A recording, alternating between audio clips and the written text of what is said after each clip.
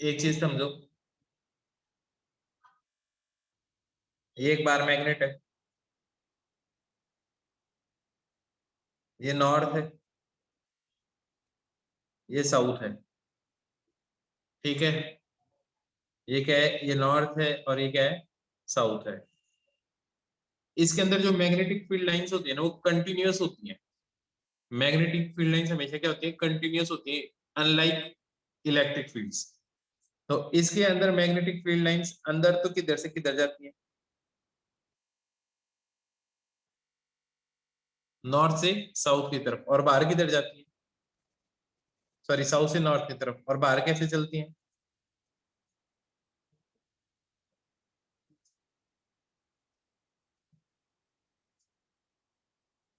क्या ये बात समझ में आई है नहीं। बाहर मैग्नेट के अंदर, मैग्नेट के बाहर जो इलेक्ट्रिक फील्ड है, they travel from north to south. इनको प्लॉट किया जा सकता है, बात समझ में आई है नहीं। इनको प्लॉट किया जा सकता है। ये एक्चुअली कंटिन्यूअस फील्ड लाइंस है।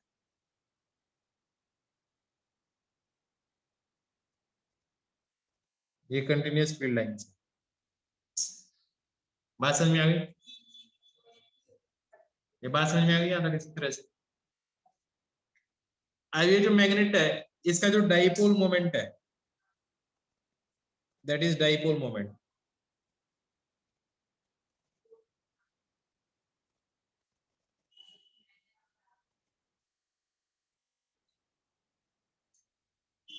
डाइपोल मोमेंट है वो किसके बराबर है, पोल स्ट्रेंथ इनटू इन दोनों के बीच के डिस्टेंस। ये कितना है, एल है। अब यहाँ पे जो पोल स्ट्रेंथ है वो कैसे है, जैसे आपने देखा होगा कि एक प्लस चार्ज है, एक माइनस चार्ज है। इसमें डाइपोल की डायरेक्शन क्या होती है, यही होती है। तो प्लस चार्ज नॉर्थ पोल की तरह बिहेव करता है, नेगेटिव चार्ज कॉरेस्पॉन्ड कर रहा है साउथ पोल की तरह। तो इसमें भी जो डाइपोल की जो डायरेक्शन है, जो डाइपोल की डायरेक्शन है मैग्नेटिक डाइपोल मोमेंट की, वो ये है। क्या यहाँ पे बात समझ में आ गई।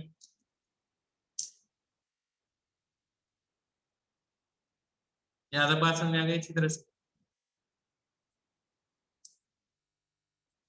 अगर यहाँ तक बात समझ में आ गई तो एक चीज सोचो, एक मैग्नेट है, अगर मैं इसको यूं तोड़ दूं, ऐसे दो टुकड़े कर दिए, तो पोल स्ट्रेंथ पे क्या फर्क पड़ेगा, पोल स्ट्रेंथ पे क्या फर्क पड़ेगा।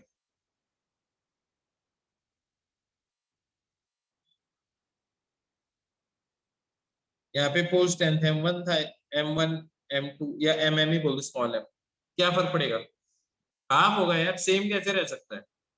यूं तोड़ोगे तो पोल स्ट्रेंथ क्या हो जाएगी, हाफ हो जाएगी। तो ऐसे तोड़ने पे क्या होगा, पोल स्ट्रेंथ क्या हो जाएगी, हाफ हो जाएगी। और दोनों पोल्स के बीच के डिस्टेंस पे क्या फर्क पड़ेगा,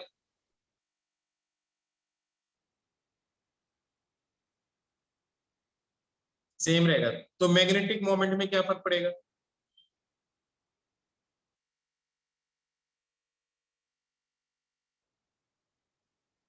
मैग्नेटिक मोमेंट में क्या फर्क पड़ेगा, हाफ हो जाएगा।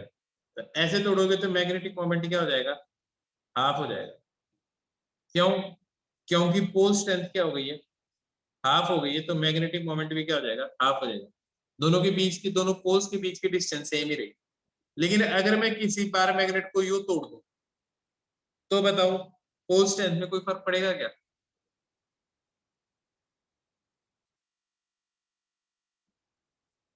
अब पोल स्ट्रेंथ में कोई फर्क नहीं पड़ेगा, क्यों,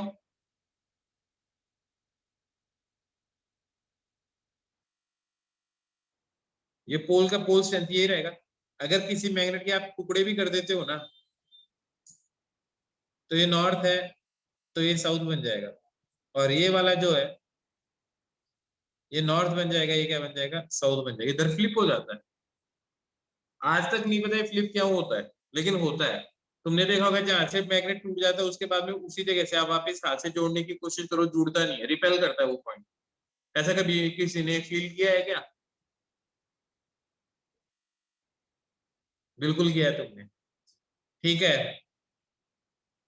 तो मैग्नेट को तोड़ने से आपको मोनोपोल्स नहीं बनते, जबकि एक डाइपोल है, डाइपोल को तोड़ दोगे तो आपको सिर्फ प्लस चार्ज मिल जाएगा, सिर्फ माइनस चार्ज मिल जाएगा। दैट इज इलेक्ट्रिक डाइपोल को अगर आप तोड़ोगे तो आपको मोनोपोल्स मिलता है, लेकिन मैग्नेटिज्म में आपको मोनोपोल्स नहीं मिलते। क्या ये बात समझ में आई है? नहीं? क्या ये बात समझ में आ गई अच्छी तरह से? क्या कहा मैंने? मैग्नेटिज्म के अंदर क्या नहीं मिलते? मोनोपोल्स एग्जिस्ट नहीं करते हैं। ठीक है, अगर तुम ऐसे ब्रेक कर दो कि तो बताओ पोल स्ट्रेंथ में कोई चेंज हुआ? पोल स्ट्रेंथ में कोई चेंज हुआ? कोई पोल स्ट्रेंथ में चेंज नहीं हुआ। ये सोचिए पूरा का पूरा चार्ज ऐसा ही है, यहाँ पे और क्रिएट हो गया, एक प्लस एक माइनस, कुछ वैसा ही। दोनों के बीच की डिस्टेंस कम हो गई, लेंथ क्या हो गई है? हाफ हो गई है। तो मैग्नेटिक मोमेंट में क्या चेंज आएगा? हाफ हो जाएगा। तो मैग्नेटिक मोमेंट क्या हो जाएगा इसका भी? हाफ आ जाएगा पहले वाले इसकी कंपैरिजन। क्या ये बात समझ में आई है? क्या ये बात समझ में आ गई अच्छी तरह से? अब मैं तुम्हें है ना एक बार है ना जो मैग्नेट है ना उसकी फील्ड लाइंस दिखा रहा हूं मैं आपको। ठीक है,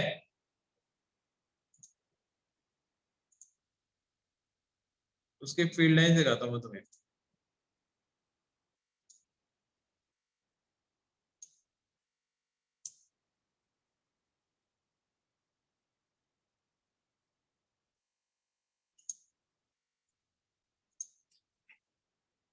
इतनी देर में ये वाला लिख लो।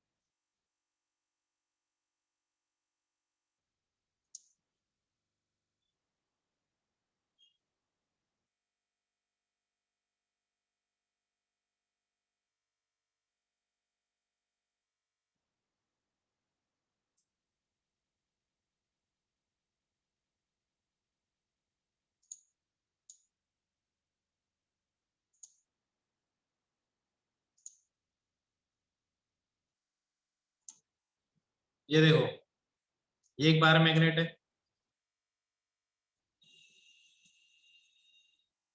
इसके कारण चारों तरफ तुम्हें मैग्नेटिक फील्ड दिखाई दे रही है।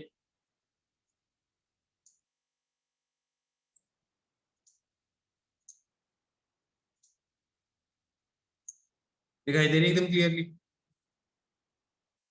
अब देखो, अभी तुम में, अब देखो इस इसको यूज ले गई है, देखो फील्ड लाइन, देखो ये फील्ड लाइन जो जा रही है, देखो दिख रही है, ये ऐसी प्लॉट की जाती है, इसके पास में रख लो, यहाँ पे देखोगे तो ये ऐसे दिखाई देगा। तो देखो साउथ की तरफ फील्ड लाइन जा रही है, जिधर नॉर्थ कर रहा है वही फील्ड लाइन होती है। अब देखो तुम इसके ऐसे ऐसे करके तुम फील्ड लाइन प्लॉट करते हो हर पॉइंट के ऊपर, आई बात समझ?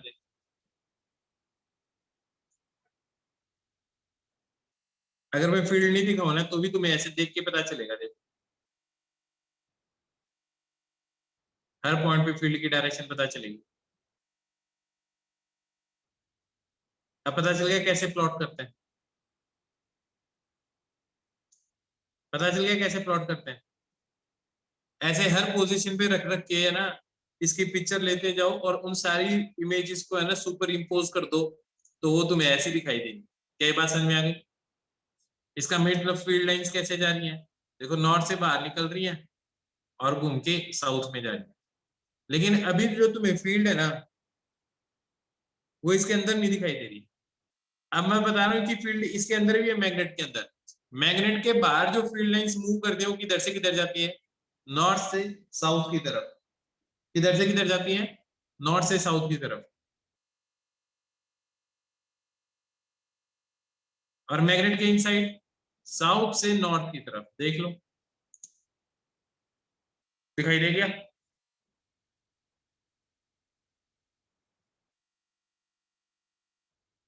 क्या बात समझ आ गई सबको?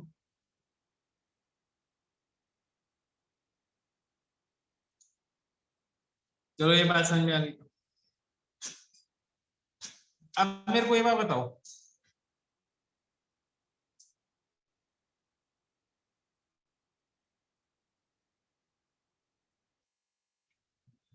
इसका इस एक्सिस के अबाउट मोमेंट ऑफ इनर्शिया क्या होगा? अगर मैं इसका मास m ले लूं, लेंथ l ले लूं, मोमेंट ऑफ इनर्शिया क्या होगा इस एक्सिस के अबाउट? याद है फॉर्मूला?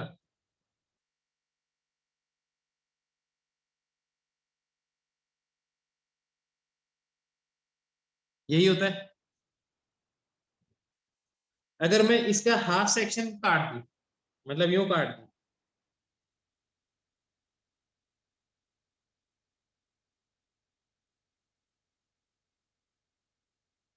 तो मास हाफ हो गया, लेंथ सेम रही। नया मोमेंट ऑफ इनर्शिया क्या हो जाएगा इस एक्सिस के अबाउट?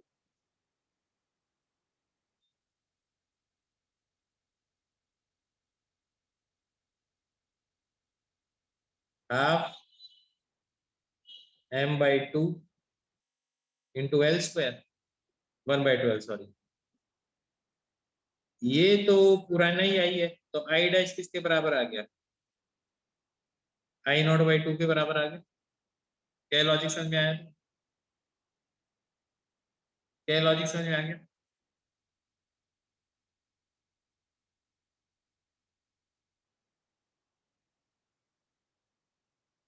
इसके about moment of inertia I0 था। अगर मैं इसको ऐसे ही तोड़ दूं और इसकी ये लेंथ हो जाए L/2, अब इस एक्सिस के अबाउट मोमेंट ऑफ इनर्शिया मान लो आई डैश है, तो कितना हो जाएगा? इस केस में मास भी हाफ हो गया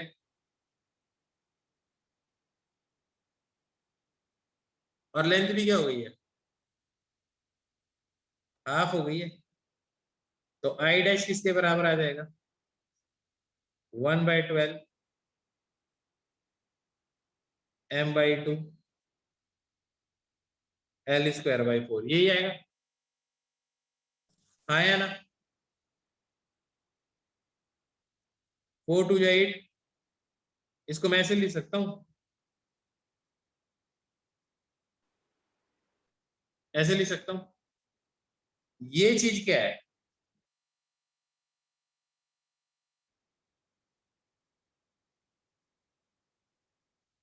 I0 है, तो ये कितना आ जाएगा?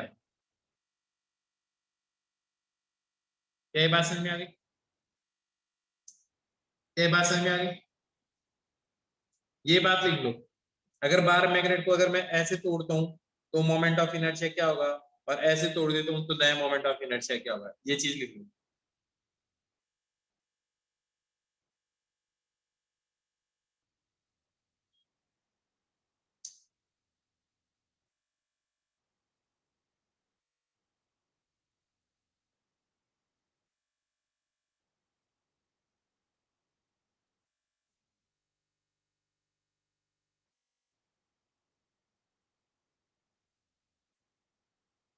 हटा दो इस पेज को।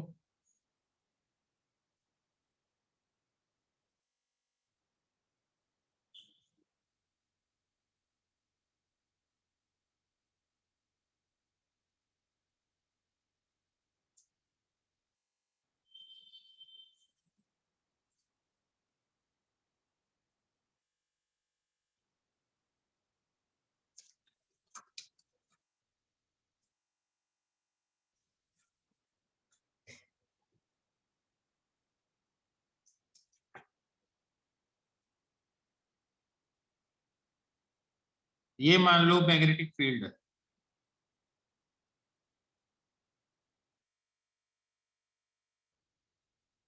इस बी मैग्नेटिक फील्ड के अंदर ठीक है,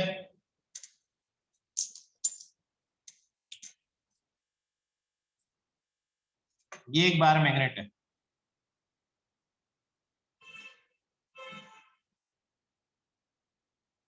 ये इसका नॉर्थ है, ये इसका साउथ है। यहां तक बात समझ में आ गई?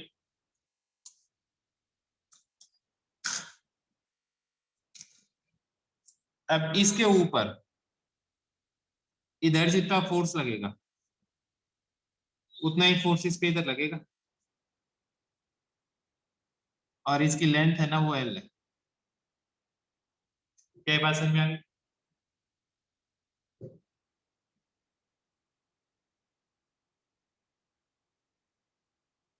अब मैं ये मान के चलता हूं कि जो एंगल है ना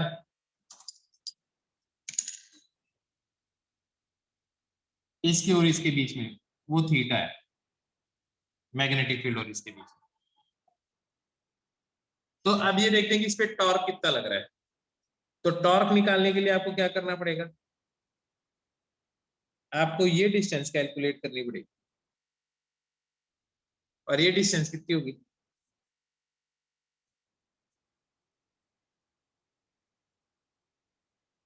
ये डिस्टेंस ये होगी। अब टॉर्क निकालना है, इस पॉइंट का वो टॉर्क निकालना है, तो इसका तो जीरो हो गया, और इसका क्या हो गया, F into L sine theta. हाँ है ना? या कपल का टॉर्क कैसे निकालते हैं, दो पैरेलल फोर्सेज है उनके बीच की डिस्टेंस से मल्टीप्लाई कर दो, तो जो इसमें टॉर्क आएगा ना वो कितना आएगा, F into L sine theta.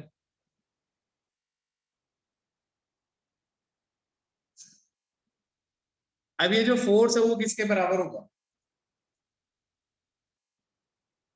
Force है वो किसके बराबर होगा, ये होगा पोल स्ट्रेंथ, हाँ या ना, इंटू मैग्नेटिक फील्ड। जैसे Q इंटू ई होता है फोर्स, तो Q क्या है, चार्ज है, E क्या है, इलेक्ट्रिक फील्ड है। ऐसे ही मैग्नेटिक फोर्स क्या हो गया, pole strength into magnetic field. क्या ये बात समझ में आई है नहीं? क्या ये बात समझ में आ गई सबको? अब मैं ये कहता हूं इस टॉर्क वाले फॉर्मूले में F की जगह लिख दो M into B into L into sine theta. तो जो टॉर्क है, ये बताओ ये M इंटू एल क्या चीज है,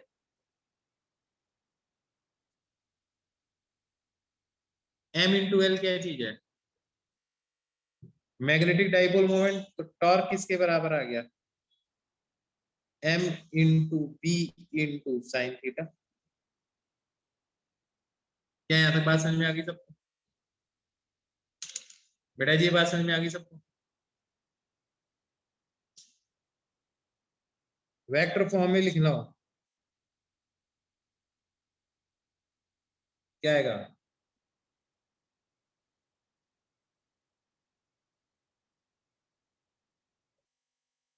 तो ये टॉर्क का फॉर्मूला आ गया। क्या ये बात समझ में आ गई? क्या ये बात समझ में आ गई?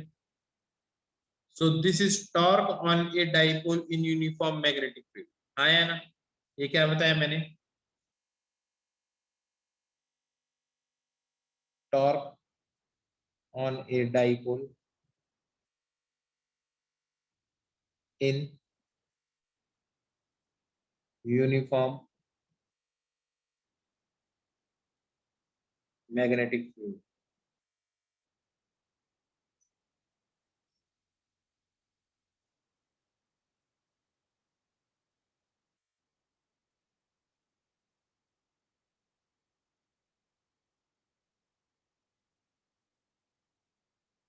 यहां तक समझ में आ गया सबको?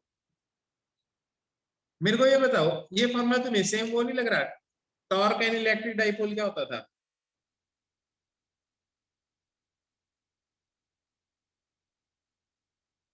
ये होता था टॉर्क एंड इलेक्ट्रिक डाइपोल, हाँ है ना? तो सेम ही तो बात है यार, जहां पे इलेक्ट्रिक डाइपोल मोमेंट था वहां पे अब क्या लिखोगे, मैग्नेटिक डाइपोल मोमेंट जहाँ पे इलेक्ट्रिक फील्ड थे वहां पे क्या आ जाएगी, मैग्नेटिक फील्ड आ जाएगी। है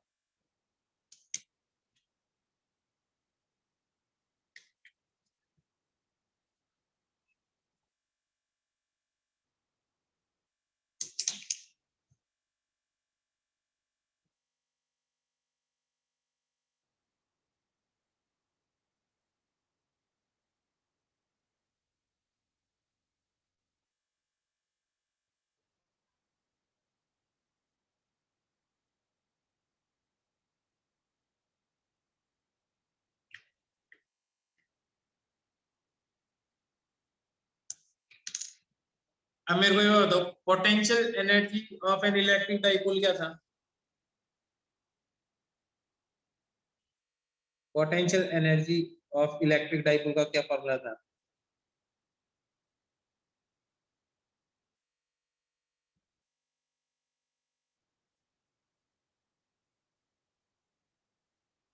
माइनस पीई कॉस थीटा था।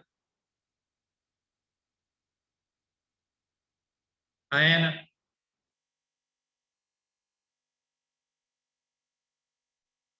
पोटेंशियल एनर्जी का क्या फॉर्मूला था?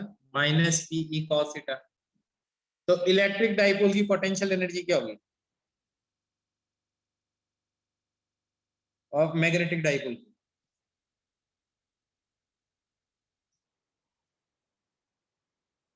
क्या फॉर्मूला होना चाहिए इसका?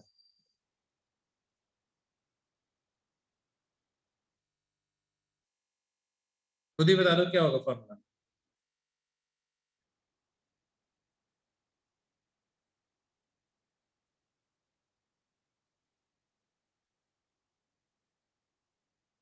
क्या बात समझ में आ गई?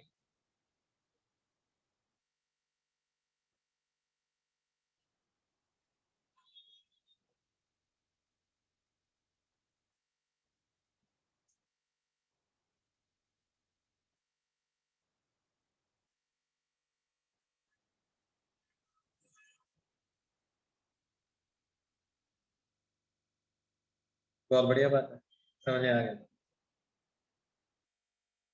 मेरे को ये बात बताओ, एक इलेक्ट्रिक डाइपोल के कारण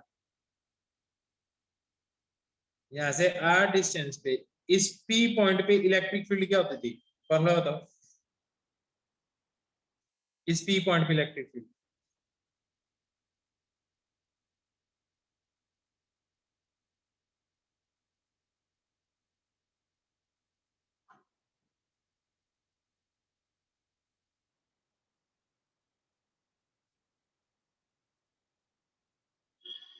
to K P upon R cube. आया ना? Two K P upon R cube. Dipole के कारण भी, डाइपोल के कारण इलेक्ट्रिक फील्ड पी पॉइंट पे,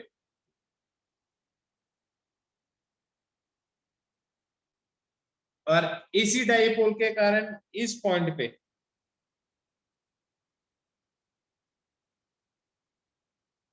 क्यू पॉइंट पे इलेक्ट्रिक फील्ड क्या आती?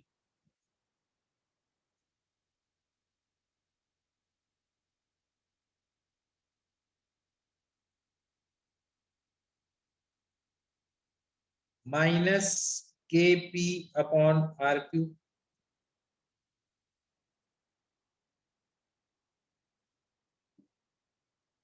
यहां तक बात समझ आ गई?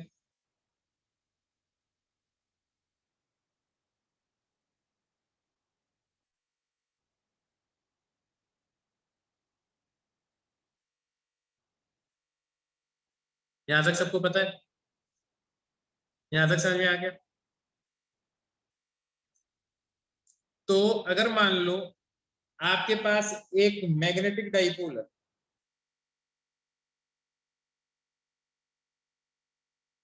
इस पी पॉइंट पे मैग्नेटिक फील्ड क्या होगा?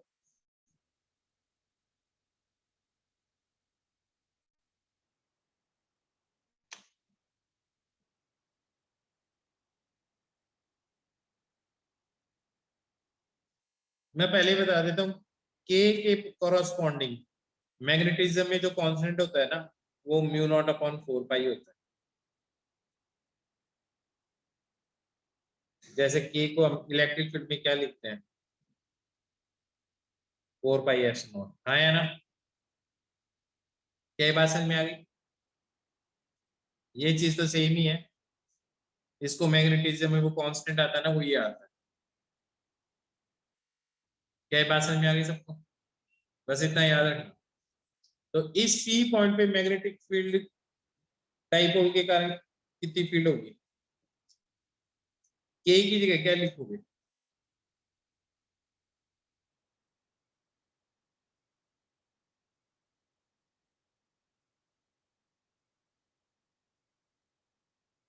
और क्या आएगा? लेकिन अब इलेक्ट्रिक फील्ड की जगह क्या लिखोगे? मैग्नेटिक फील्ड लिखोगे यहाँ पे।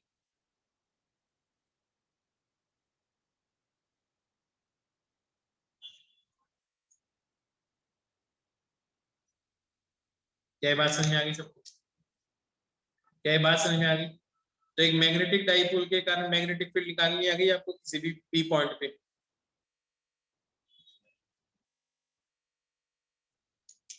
पक्का ये बात समझ में आ गई?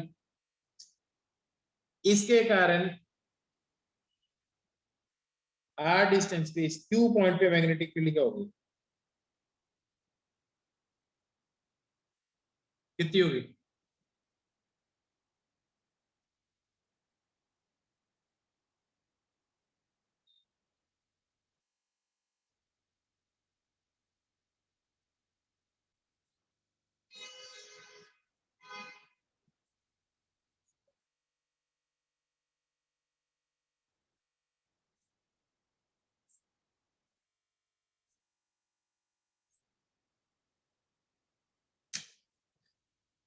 समझ में आ गया अच्छी तरह से? तो जो इलेक्ट्रिक डाइपोल के फॉर्मूले पढ़े थे ना, सेम ही मैग्नेटिक डाइपोल के लिए अप्लाई होते हैं सारे के सारे। इसको लिख लो, सिर्फ एनालॉजी लगानी है और सेम टू सेम चीज है। और एक बात और बता देता हूँ, इस चैप्टर के लिए,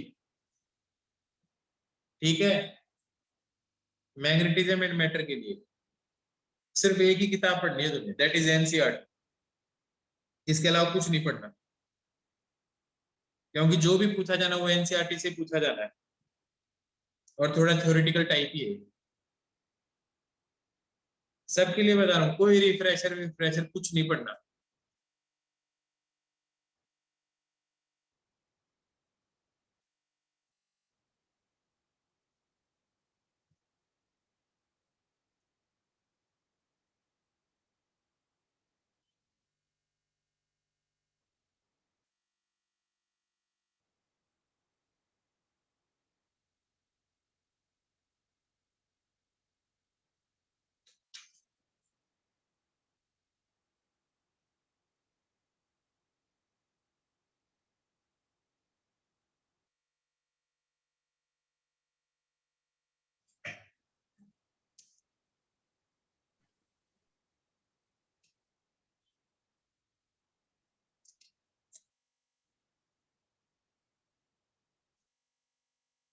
आप सुनो,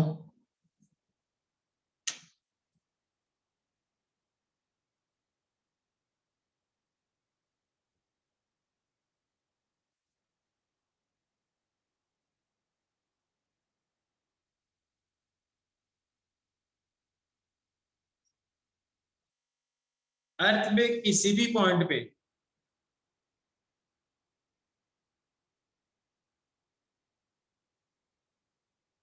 कोई बात नहीं हरमन, कोई बात नहीं, अर्थ मैग्नेटिज्म थोड़ी करवाया तुम्हें। हरमन अर्थ मैग्नेटिज्म करवाया तुम्हें? Angle of declination, angle of inclination नहीं करवाया ना? हाँ तो बस इतना सा ही करवाया, ठीक है। अर्थ पे किसी भी पॉइंट पे अगर मैग्नेटिक फील्ड निकालनी होती है ना, तो पता है क्या किया जाता है? एक मैग्नेट को लाके वहां पे सस्पेंड कर दिया जाता है और उसको हल्का सा छेड़ दिया जाता है, तो वो ऐसे ऐसे डांस करता है। मान लो ये आपका डाइपोल है, मैग्नेटिक डाइपोल है, डाइपोल नीडल है, और इस पॉइंट पे मैग्नेटिक फील्ड इधर है, तो इसके ऊपर टॉर्क लगेगा, तो ये जो मैग्नेटिक डाइपोल वाली जो है ये ऐसे होने की कोशिश करेगी, लेकिन यहाँ पे रुक नहीं पाएगी क्योंकि ये ऑलरेडी कुछ ना कुछ मोमेंटम गेन कर चुकी होगी, तो ये आगे चली जाएगी जैसे एक झूला होता है, फिर ये वापस यूं आएगी, फिर वापस यूं आएगी, हाँ या ना? तो ये ऐसे डांस करेगी। क्या ये बात समझ में आई है?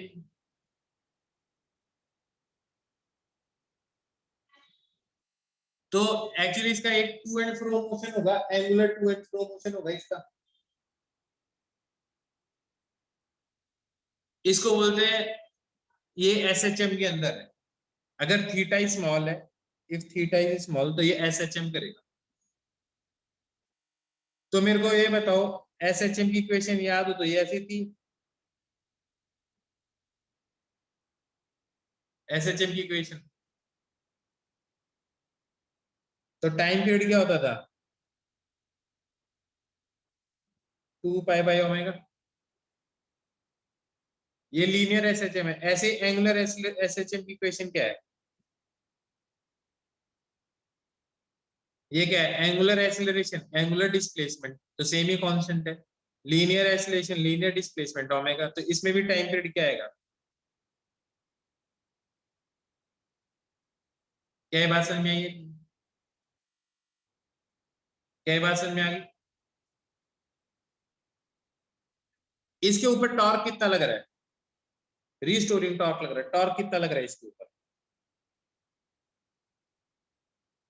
अभी सिखाया तुम्हें?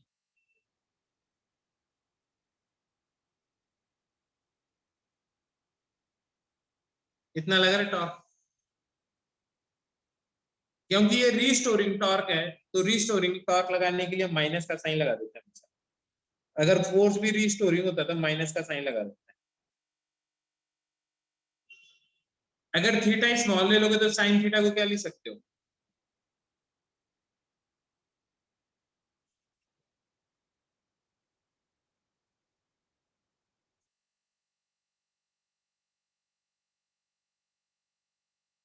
क्या बात समझ में आई? तो ये टॉर्क का फॉर्मूला क्या हो गया?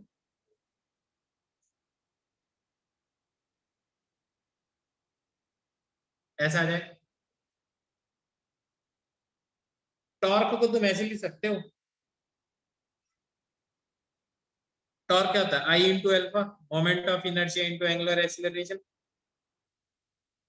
हाँ या ना? पता नहीं बात? जैसे F equal to M A होता है, ऐसे टॉर्क किसके बराबर होता है? Moment of inertia into angular acceleration. हाँ या ना? क्या बात समझ में आ गई? तो ये किसके बराबर आ जाएगा? Minus M B into theta. तो अल्फा किसके बराबर है?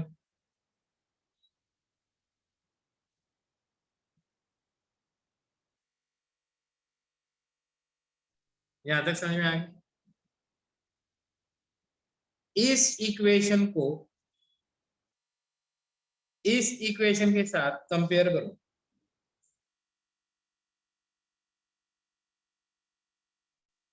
और ये बताओ ओमेगा की वैल्यू क्या है?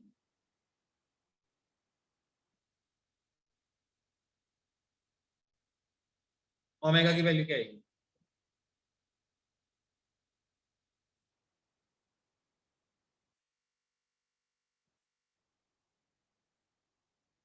क्या ओमेगा की वैल्यू ये आएगी?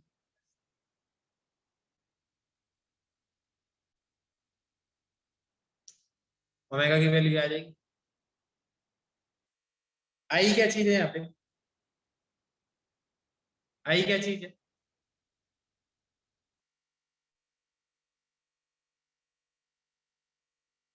Moment of inertia of magnetic needle.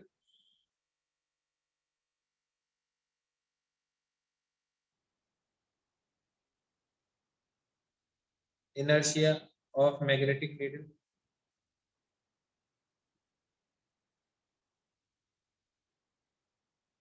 हाँ या ना? एम क्या है?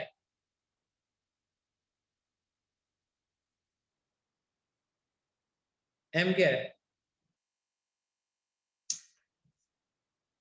Magnetic moment of magnetic needle.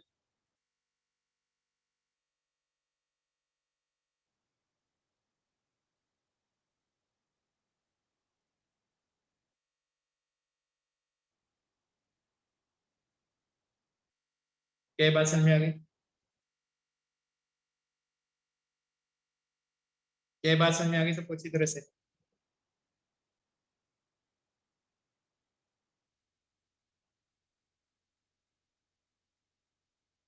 अब देखो, तो टाइम पीरियड क्या आ जाएगा?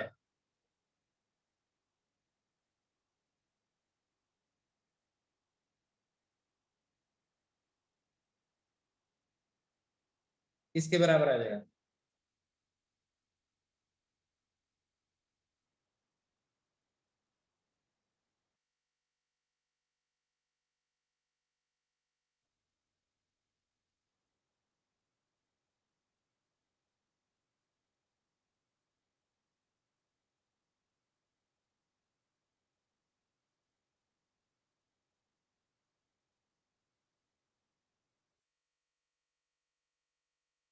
यहां तक समझ में आ गया सबको? यहां तक सबको समझ में आ गया?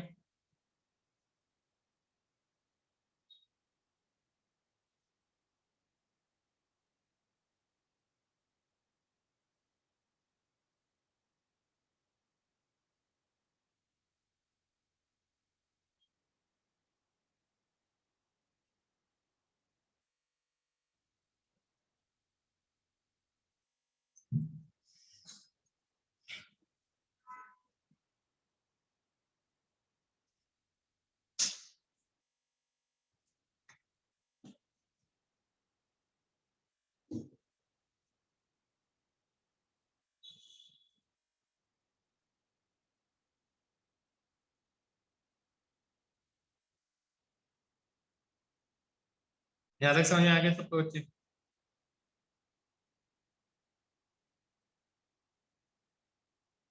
अब एक चीज बताओ, ये जो मैग्नेटिक नीडल है, ये जो मैग्नेटिक नीडल है, इसको मैं इतना तोड़ दूं, आधा तोड़ दूं, तो टाइम पीरियड में क्या चेंज आएगा?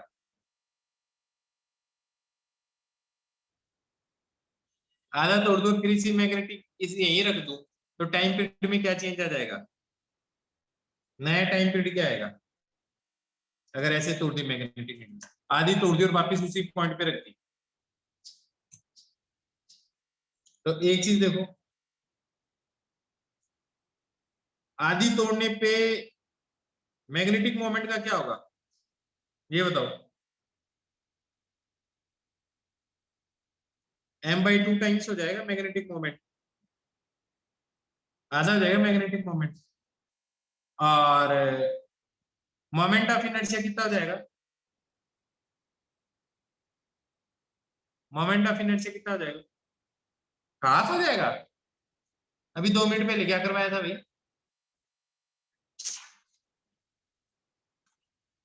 जरा देखो क्या करवाया था। ऐसे तोड़ने पे क्या हो गया था मोमेंट ऑफ इनर्शिया?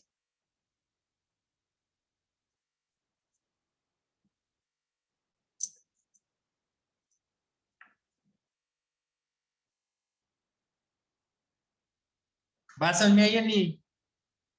तो टी डैश किसके बराबर हो जाएगा?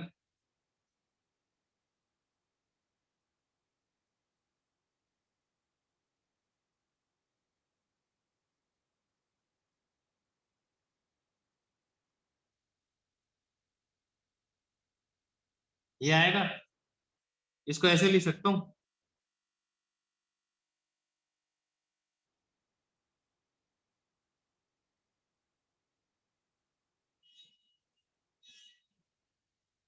ये क्या चीज है?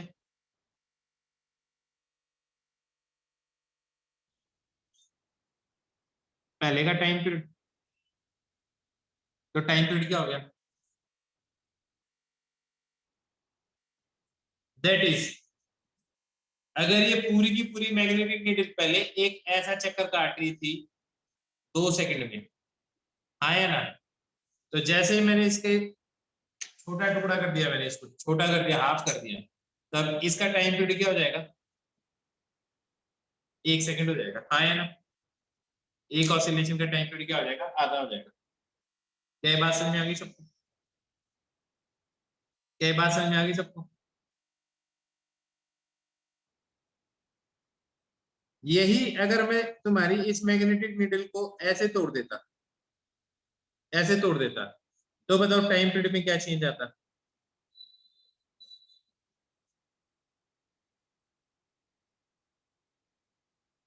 देख के ये आइडिया लग जाएगा। आई क्या हो जाएगा? आई नॉट बाई टू। एम क्या हो जाएगा? एम बाई टू, टू से टू गया, तो टाइम पीरियड में कोई चेंज नहीं आएगा। क्या ये बात समझ में आई है? क्या ये बात समझ में आ गई अच्छी तरह से? एकदम अच्छे से बात समझ में आ गई बेटा सबको?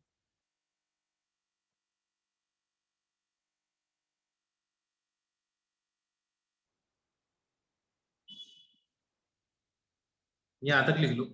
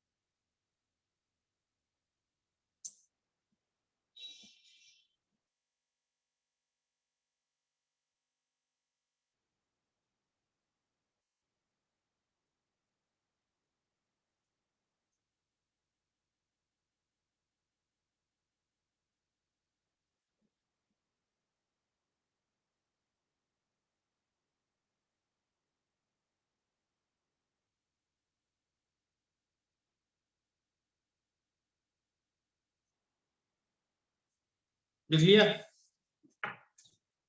और मैं पहले ही बता देता हूँ, तुम्हारे ये क्वेश्चन पूछा जाएगा क्योंकि इस बार ऑब्जेक्टिव पेपर है ना, तो इस चैप्टर में से सबसे बढ़िया क्वेश्चन ऐसा ही बनेगा। मतलब बनता ही यही है।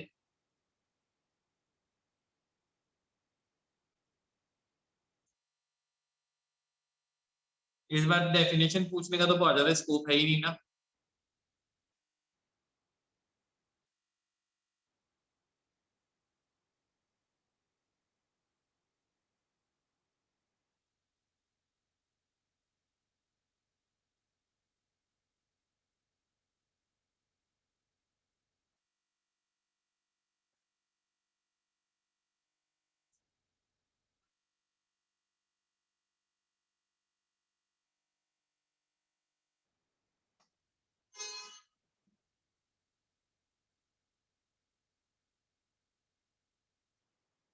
अब सुनो, इस पेज को हटा दूं?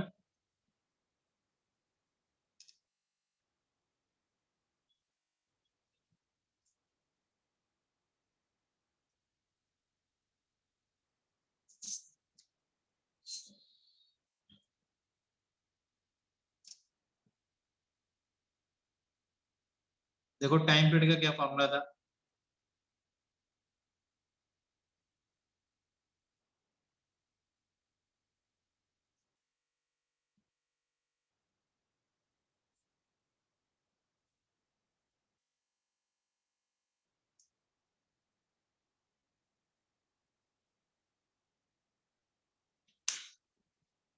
इस पॉइंट पे अगर मैग्नेटिक फील्ड निकालनी है तो देखो, आपने एक नीडल रखी, उसका टाइम पीरियड कैलकुलेट कर लिया, मान लो 10 ऑसिलेशन का टाइम पीरियड आ गया 5 सेकंड, तो एक ऑसिलेशन का टाइम पीरियड कितना हो गया? 0.5 सेकंड। तो टाइम पीरियड आ गया। नीडल का मैग्नेटिक मोमेंट पता है, आई पता है, तो बी आ जाएगा, उस पॉइंट पे मैग्नेटिक फील्ड आ जाएगी। तो इसको ऐसे कर दो।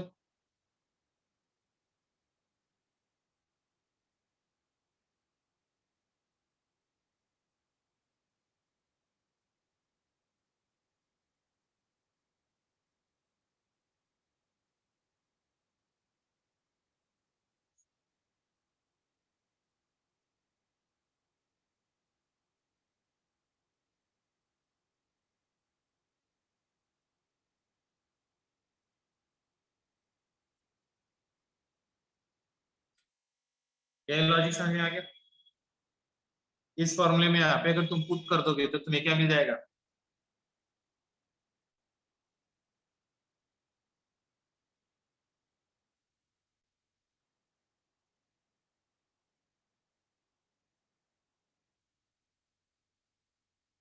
क्या मिल जाएगा तुम्हें?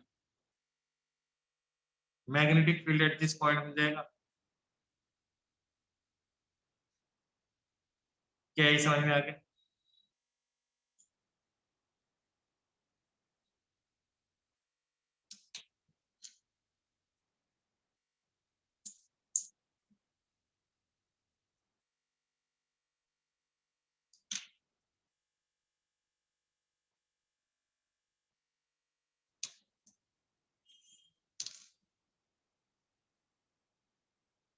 बेटा ये अर्थ की फील्ड निकालने के काम में आता है मेथड।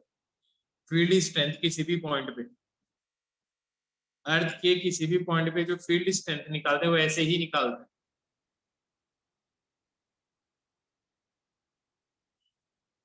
चलो इस चैप्टर की है ना, मैग्नेटिज्म एंड मैटर के इस चैप्टर की तुम रीडिंग लगा लेना पूरे की, ठीक है?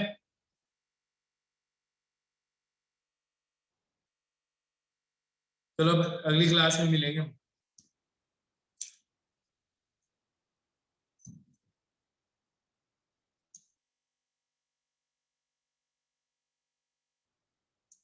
नहीं, वेरिएबल होती है, अगली क्लास में पढ़ाऊंगा सारा अर्थ मैग्नेटिज्म अगली क्लास में।